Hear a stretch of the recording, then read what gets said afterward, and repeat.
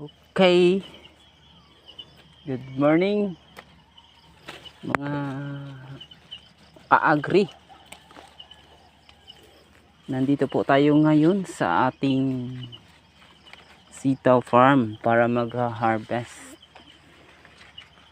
Ito po mga idol. So ang nandito sa lupa nakalapag, so itapon na natin kasi marumi. Umulan kagabi o nung kahapon. Tsaka yung lupa ay talagang maputik mga idol. So inagahan natin ngayon sa ating pagpipitas kasi wala tayong makukuhang extra sa ating trabaho. Kasi nag-aral na yung ating mga nagtrabaho, nagtulong dito, yung mga anak ko. Hindi na yun nakatulong dito dahil may pasok na mga idol kahapon.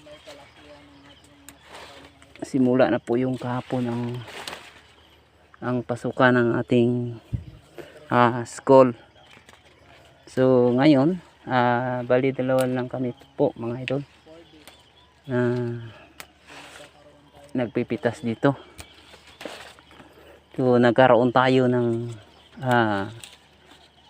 kailangan mabilis or maaga para matatapos ng maaga mga idol. So ang hirap pag wala tayong trabahante. Kasi marami naman tayong pitasin ngayon mga idol. Daka mahigit po ito, sobra 200 kilos. So ang medyo overripe na po mga idol, tulad nito ay itatapon na po ito natin kasi reject na po ito, mga overripe mga idol, mga malalaki. So yun tinatawag na overripe, tulad nito mga idol. Yan, nilaglag namin yun, si reject na po yun. So wag na natin kunin ganyan, yung ganyan mga sitwasyon ng ating sitaw. So magandang araw at good morning. Shout out dyan sa lahat ng mga nanonood or mga farmer dyan.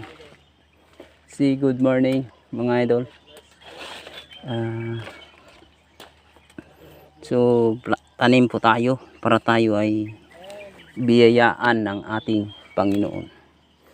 Tanim pa more mga idol, kahit sitaw o ano dyan, para tayo ay kumikita or mayroong pagkikitaan mga ka-idol.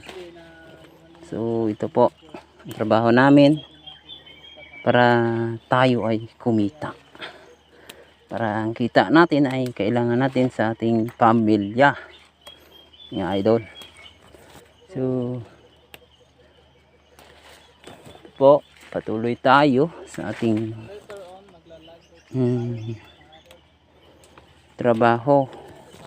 Ayan mga idol. So medyo konti pa yung bunga dito. Doon po sa kabila ang medyo volume or marami bunga, kasi dito ay bago lang po ito.